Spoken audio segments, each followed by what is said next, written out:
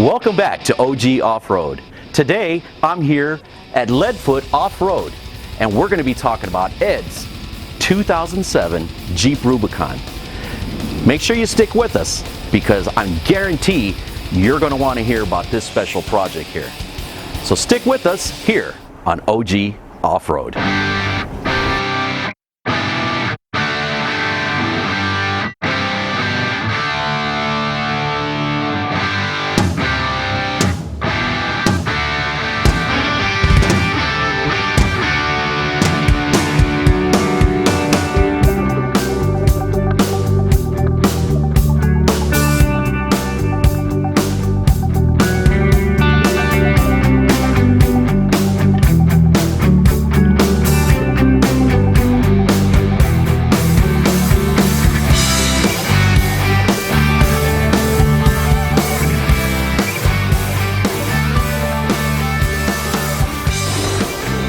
Welcome back to OG Off-Road. So, like I said before, we have a special treat for you today. Here I have my friend Ed Moore. Now, Ed and I have known each other for years. We've had plenty of off-roading, boating, expeditions, adventures, and then I didn't know Ed had a special project here. And when he got a hold of me and he said, "You know I have a special project in my Jeep," I said, "I didn't know that." And then he sent me this picture of this beast behind me. And the more we looked into it and the more he started telling me about it, I said, "Oh no, this is a series that we have to do." So Ed, let's start off with, what year is your Jeep? 2007, mostly. And when you got it, you bought it new or used? I bought it used. It was 2 years old. Okay, and obviously it was stock? Yes. So it was bone stock, a bone stock Jeep, folks. And what was the first thing that you do? Now I know you as being a little crazy with stuff, and I know nothing ever satisfies you, so what was the first thing that you thought? The first thing we did was about a 3-inch lift, super lift, suspension lift on it, and 35-inch tires. And 35-inch tires, still with the stock motor and all that? Yeah, still stock? Everything was stock when we started that. And so you kept that for a little while, I assume? I kept it maybe 3 or 4 years. So 3 or 4 years, and then what happened next? Well, messing with it over the time, I got it to be pretty much not drivable. On the freeway, you couldn't stay in a lane. It just was not comfortable to drive. It was fine around town, but you couldn't take it on the freeway anywhere. I started looking into, what's wrong with this thing, and I ran across Leadfoot, which happens to be 2-3 blocks from my house, and started talking to them, and they convinced me that a long arm suspension was in order. I had put Fox reservoir shocks on it with the first suspension. We kept the shocks, we kept the springs, we put on the rough country long arm kit. And that made a world of difference. All of a sudden it was drivable on the freeway. It ran fine. I even did the Rubicon Trail with it set up that way. And then it was a nice, comfortable Jeep, but it's a little down on power with the early 3.8 engine. Didn't have a whole lot of horsepower. Riding what size tire? 35s. So you're riding on 35s, and my old Jeep that I used to have, I had 35s on there, and I do remember it lagging a little bit with even though I did the gearing, it did lag in power.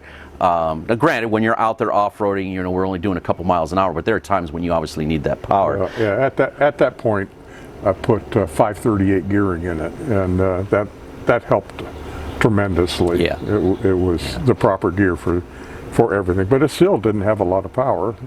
Off-road it was fine. On the road, you had to keep turning off the overdrive to drive down the freeway. Right.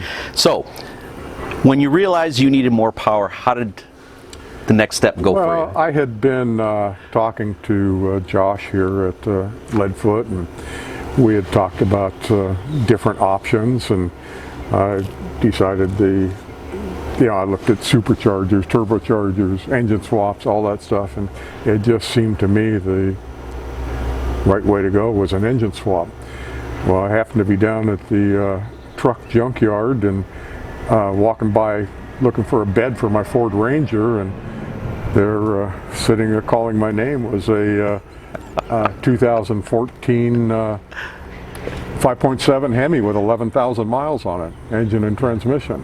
I said, well, let me have that bed and I'll take the engine too. Had the engine shipped to the shop, and then started looking for the conversion kit. Found a complete kit with the engine mounts and wiring and computer and all the smog and everything needed to make it legal and complete. Went for that.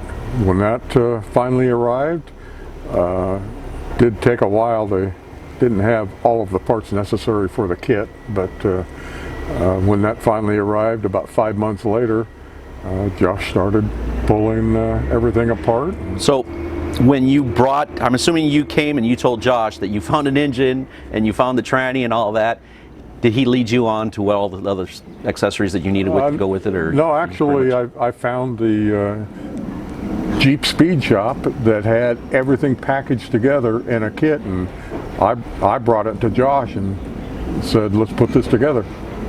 So now let me ask you, because you're a man of many means, but so did you have a budget in mind when this started coming? You were just like, you know what, I'm going for it? And well, I had researched this a little bit at the off-road shows, talked to people that have done it, and it seemed like their starting quote was about $25,000 for this conversion. Mm-hmm. But I also hear that hardly ever any went out the door at $25,000. Right, so, right. I was thinking 30, but hopefully if I do this the right way, I can get by with less, and truthfully I did. So you did the engine swap, and you had your suspension that you had on there at the time, and then what happened? Well, the first weekend I took it off-road, I managed to tear all of the stock suspension mounting points off the stock axles, wrapped it around, tore up my fancy new custom drive shaft, and basically had to start over with the suspension. So right, sure. We were so back to Leadfoot you came? Back to Leadfoot. He points across the parking lot and says, there's a Super Duty that the guy wants to part out. And, we ended up buying the Super Duty axles off an F350 and started putting them on the Jeep. And so now we have a Dodge 5.7 Hemi and Super Duty axles. So, of course, that came along with the huge brakes and everything else needed with the horsepower. So it was and that was my next question. So with all this horsepower now and the drivetrain just all matched up, there was obviously other things that had to take place. Did you have to upgrade on your suspension at all with all this weight that you're carrying around now? Or? Well, we had already done the coilover conversion. So we have the King coilovers on all four corners with the addition of the King bypass shocks in the front. So there's 2 shocks on each wheel in the front.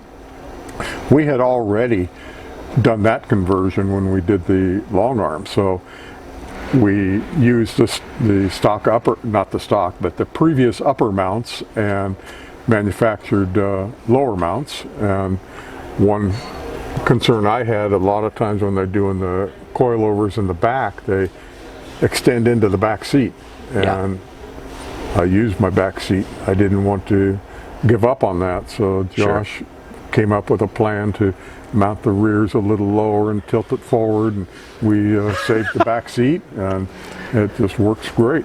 So pretty much you figured out that here at Leadfoot they do a lot of customization of vehicles. So as you heard Ed say, that they had to make some adjustments because Ed wanted the Jeep to be functional to keep it as a 4-door, and here at Leadfoot obviously they made that happen. So tell you what, they did not add 2 doors to it, however. They didn't.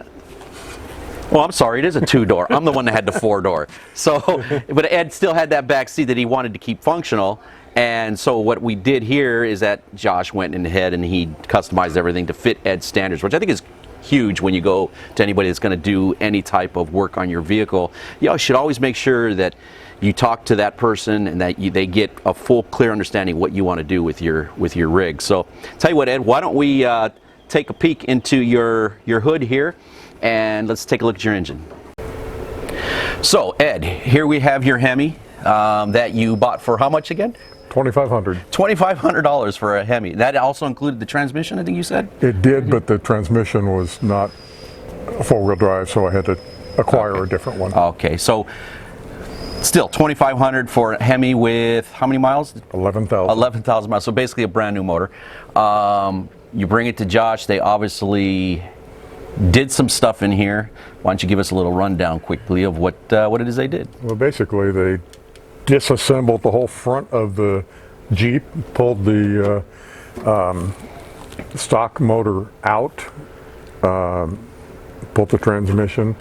Basically it was pretty bare in here. The installation kit that I bought included motor mounts and all of the necessary hardware. It did come with a list of the pieces you needed to acquire from basically Chrysler, like O2 sensors and the catalytic converters and all of the stuff to make it legal.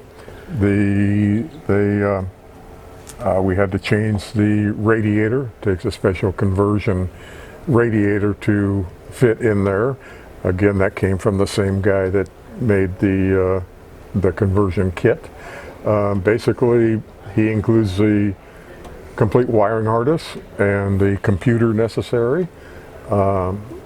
Bolts it in. It came with a dual battery mount so that we could put the two batteries in there. I would have never thought that would fit in there, but they made it a mount that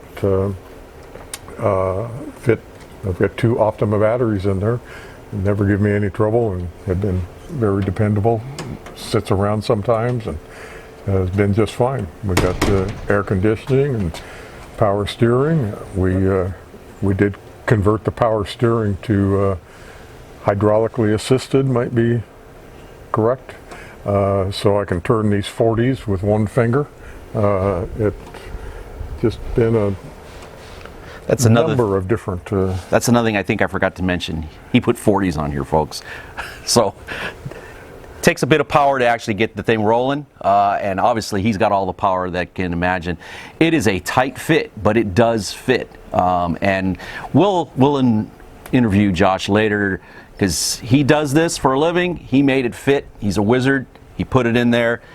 It gives Ed all the power, obviously, that he needs. And I know when I'm off four-wheeling, if something happens, I know Ed's got the power to tow me back if need be. So it's all good. It's all good. So here we have Ed's suspension. So Ed, give us a little story about what you got going on here. Well, all right. Start with the axles. It's a Super Duty F350 Ford truck axle that's been modified with a Arctic plates and all to adapt all the steering from the Jeep.